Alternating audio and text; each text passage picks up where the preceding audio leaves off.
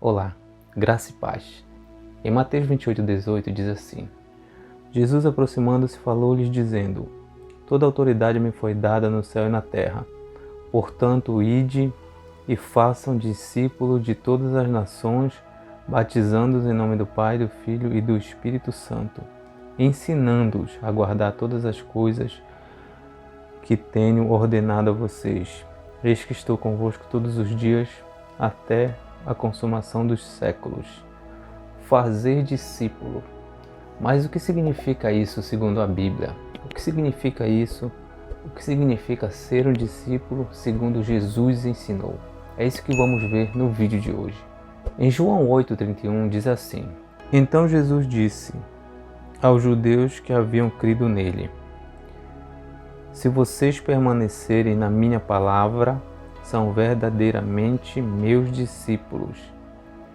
Então aqui Jesus diz que permanecer na palavra é ser verdadeiramente um discípulo. Então a primeira informação que a Bíblia nos dá sobre ser um verdadeiro discípulo é permanecer na palavra. Em João 6,63, João 6,63, Jesus diz, As minhas palavras são espírito e são vida.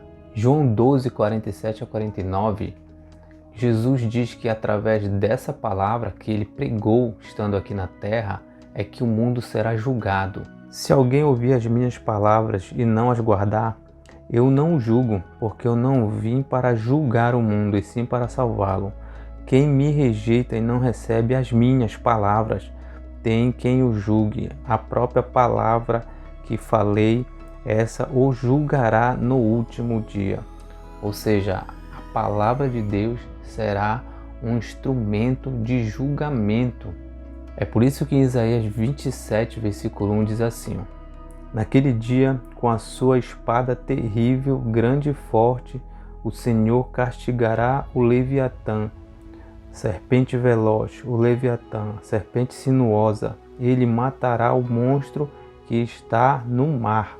Por isso que ele fala em Efésios 6,17: Calçai também o capacete da salvação e a espada do Espírito, que é a palavra de Deus, Em Apocalipse 1:16 diz assim, Na mão direita ele tinha 7 estrelas e da sua boca saía uma afiada espada de 2 gumes. Da sua boca saiu uma espada afiada de 2 gumes. Essa espada é a própria palavra que vem para julgar as nações, que vem para dividir, entre o que vai se salvar e o que vai se perder.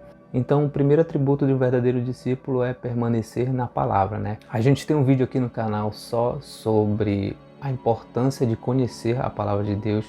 Esse vídeo é um pouco longo, mas ele é muito importante, muito interessante. Lá mostra por que você deve conhecer a palavra de Deus, por que você tem que conhecer. Se você crê em Deus de verdade, você tem que conhecer a palavra de Deus, que é através da palavra que vem o nascer do Espírito. O segundo atributo de um verdadeiro discípulo está lá em João 13:35.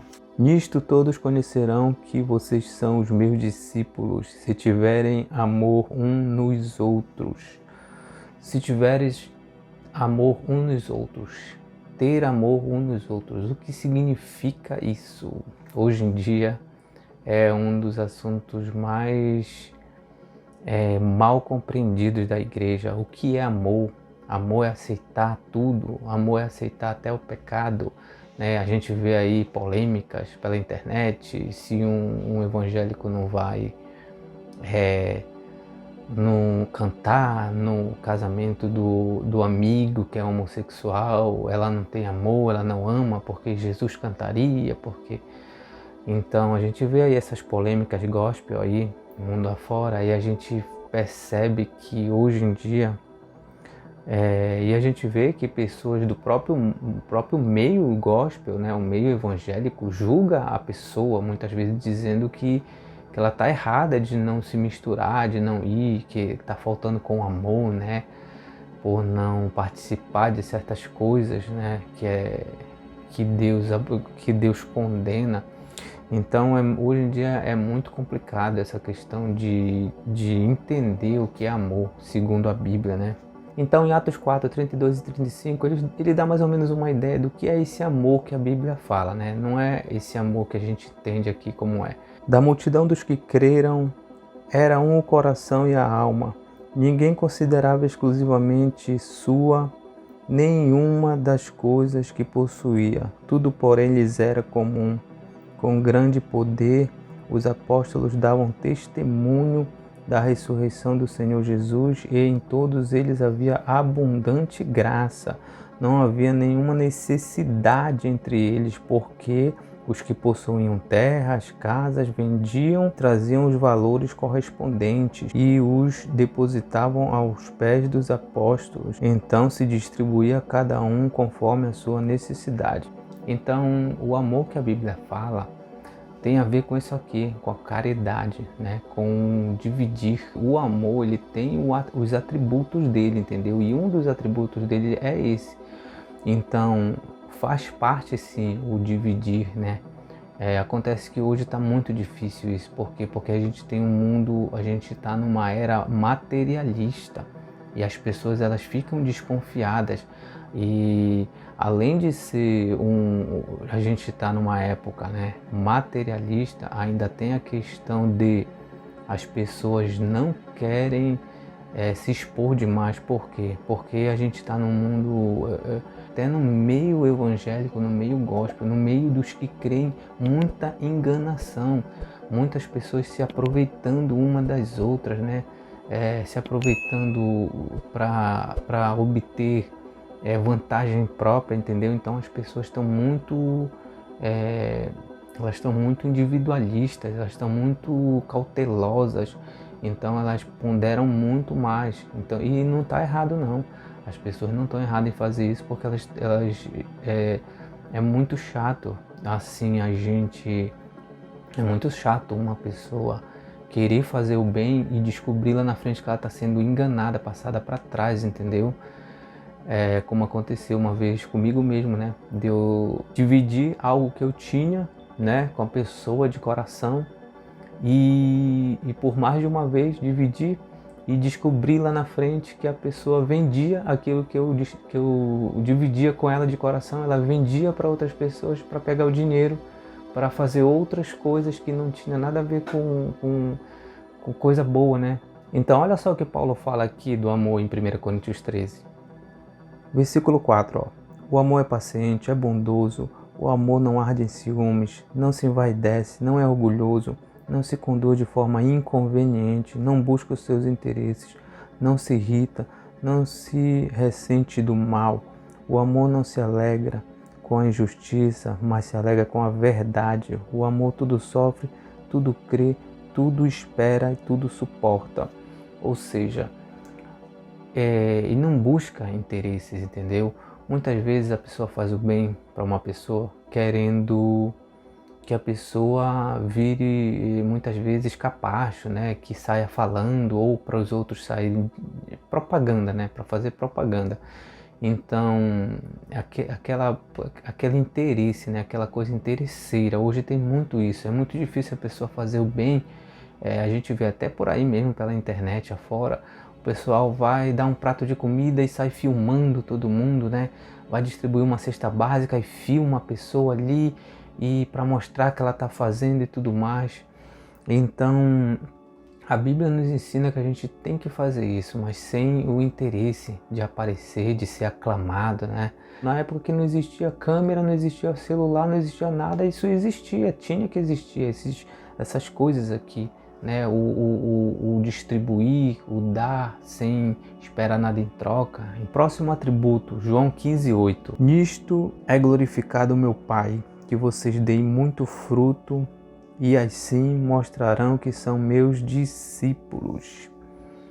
Dar muito fruto tem tudo a ver com o que a gente acabou de falar aqui. Dar muito fruto é você fazer todas aquelas coisas, né? A caridade com o próximo, entendeu? O amor ao próximo, é isso. E também os frutos do Espírito, que está lá em Gálatas 5, 22 e 23, né? Mas o fruto do Espírito é amor, alegria, paz, longanimidade, benignidade, bondade, fidelidade, mansidão, domínio próprio. contra essas coisas não há lei. Então tá aqui, ó, os frutos, além daqueles, né, de fazer a caridade, a bondade, que tá tudo incluso aqui, né? E o quarto atributo tá lá em Lucas 14:26. Se alguém vem a mim e não me ama mais do que ama o seu pai, a sua mãe, a sua mulher, os seus filhos, os seus irmãos, as suas irmãs e até mesmo a sua própria vida, não pode ser meu discípulo. Ou seja, amar mais a Deus, a Jesus, do que tudo, entendeu? A gente entende isso pela seguinte perspectiva. Às vezes, alguém da nossa família não tem compromisso com Deus, é de uma religião que não é muito, não aplica, né, de verdade esses atributos aqui que a gente está falando, né? Às vezes é mais religioso do que é aquele crer que a gente fala lá de Tiago 2,19, né? Que até os demônios creem, né? Que ele fala lá. E que a gente já falou em um outro vídeo aqui do canal também. Então, ele está falando disso. Então, esse amar mais que ele está falando aqui em Lucas 14:26 é você colocar Deus acima da sua própria família. Às vezes você precisa mostrar, né, através daquilo que você conhece da palavra, repreendendo, exortando, admoestando, né, o seu filho, a sua família, né, alguém que está no caminho errado. E isso é colocar Deus acima, entendeu? Mesmo que eles não concordem, você não vai passar para a banda de lá, porque é a sua família, é o seu pai, é a sua mãe, né? E no versículo 33 de Lucas 14, ele vai falar assim, ó: assim, pois, qualquer um de vocês que não renunciar a tudo o que tem, não pode ser meu discípulo. Renunciar a tudo que tem, inclusive a sua própria vida. Renunciar é desconsiderar totalmente as coisas dessa vida, né? Renunciar a tudo quanto tem. Não quer dizer que você vai sair abrindo mão de tudo que você tem para qualquer pessoa aí, entendeu? E ser enganada muitas vezes. Não quer dizer isso não. Tudo que você colocou já nas mãos de Deus, entendeu? Então significa isso. E Atos 2, 44 e 45, ele diz assim, ó: todos os que criam estavam juntos e tinham tudo em comum. Vendiam as suas propriedades e bens, distribuindo o produto entre todos à medida que alguém tinha necessidade. Diariamente perseveravam unânimes no templo. Partiam pão de casa em casa, tomavam suas refeições com alegria e singeleza de coração.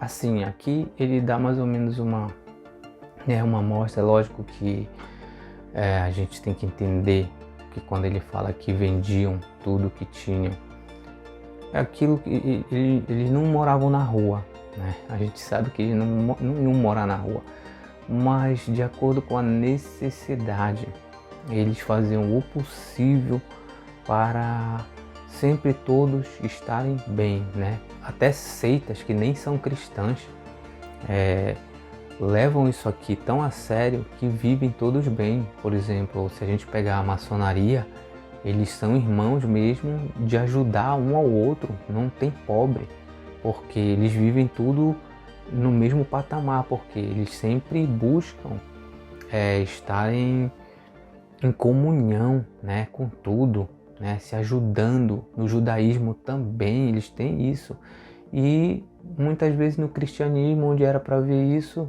há muito mais a disputa, há muito mais a inveja, há muito mais se aproveitar um do outro, entendeu? Isso é muito esquisito até no cristianismo, né? A gente percebe muito isso, as pessoas são muito escabriadas. Por quê? Porque tem muito engano no meio. E com isso terminamos o vídeo de hoje. Espero que vocês tenham gostado, né? Espero que tenha agregado algum tipo de valor. Deixe seu like, se inscreva no canal. Fiquem todos com Deus e até o próximo vídeo.